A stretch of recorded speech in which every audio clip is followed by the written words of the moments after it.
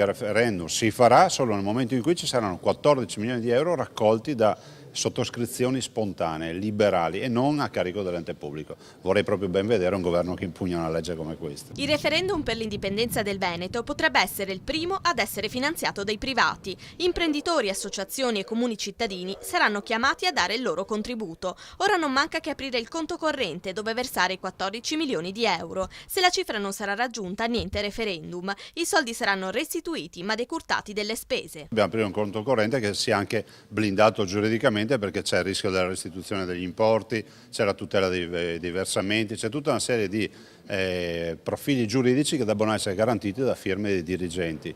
Si è costruito il contratto, penso che ormai sia una questione di minuti, non di ore. A difendere la legge per l'indipendenza davanti alla Corte Costituzionale saranno gli avvocati Mario Bertolissi e Ivone Cacciavillani. Abbiamo dato incarico al professor Mario Bertolissi e all'avvocato Ivone Cacciavillani di resistere avanti la Corte Costituzionale in virtù del ricorso che lo Stato ha fatto. E a indicare la via potrebbe essere la Catalogna. La regione autonoma che si oppone al governo di Madrid ha annunciato referendum per l'indipendenza il 9 novembre. Per noi è fondamentale capire cosa accadrà, visto e considerato che poi le condizioni giuridiche sono similari, anche se non perfettamente sovrapponibili. Adesso capiremo, in Catalogna manca ancora l'impugnativa del governo, invece in Veneto c'è già l'impugnativa del governo.